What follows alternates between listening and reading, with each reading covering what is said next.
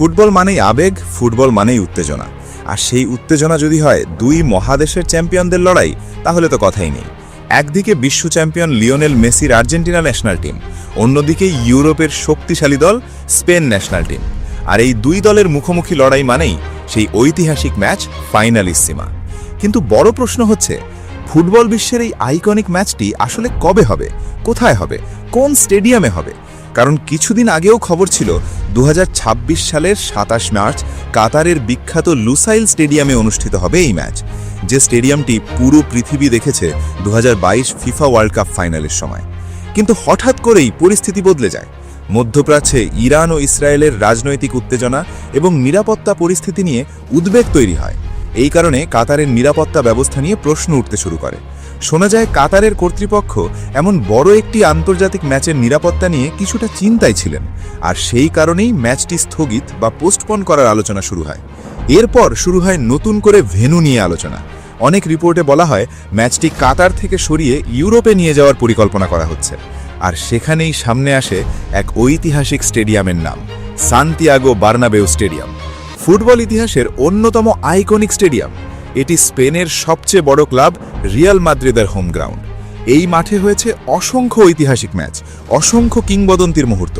আর যদি সত্যি এখানে ফাইনালিসিমা অনুষ্ঠিত হয়, তাহলে সেটি হবে ফুটবল ভক্তদের জন্য এক অসাধারণ দৃশ্য। কিন্তু এখানেই তৈরি হয়েছে নতুন বিতর্ক। কারণ অনেকেই বলছেন, যদি ম্যাচটি সান্তিয়াগো বার্নাবেউতে হয়, তাহলে স্পেন একটু বেশি সুবিধে পাবে, কারণ এটি স্পেনেরই মাঠ। যদিও এটি সরাসরি স্পেন ন্যাশনাল টিমের হোম স্টেডিয়াম নয়, তবুও স্পেনের মাঠে খেলা মানেই স্বাভাবিকভাবেই তাদের ফ্যান সাপোর্ট অনেক বেশি থাকবে। অন্যদিকে আর্জেন্টিনার জন্য সেটি কিছুটা কঠিন হতে পারে, কারণ ইউরোপে খেলা মানেই স্প্যানিশ সমর্থকদের সংখ্যাই বেশি থাকবে। তবে ফুটবলে এসব হিসাব সবসময় কাজে আসে না, কারণ এই মাঠেই একসময় মেসি বারবার কাঁদিয়েছেন রিয়াল মাদ্রিদকে। বিশেষ করে এল ক্লাসিকোর ইতিহাসে মেসি এই স্টেডিয়ামে অসংখ্য স্মরণীয় মুহূর্ত তৈরি করেছেন। 2017 সালের সেই বিখ্যাত গোল, শেষ মুহূর্তে গোল করে জার্সি খুলে বার্নাবেউ দর্শকদের সামনে উদযাপন, সেই দৃশ্য এখনও ফুটবল ইতিহাসের অন্যতম আইকনিক মুহূর্ত। তাই অনেকেই বলছেন, এই মাঠ স্পেনের হলেও এখানে মেসির স্মৃতিও কম নয়।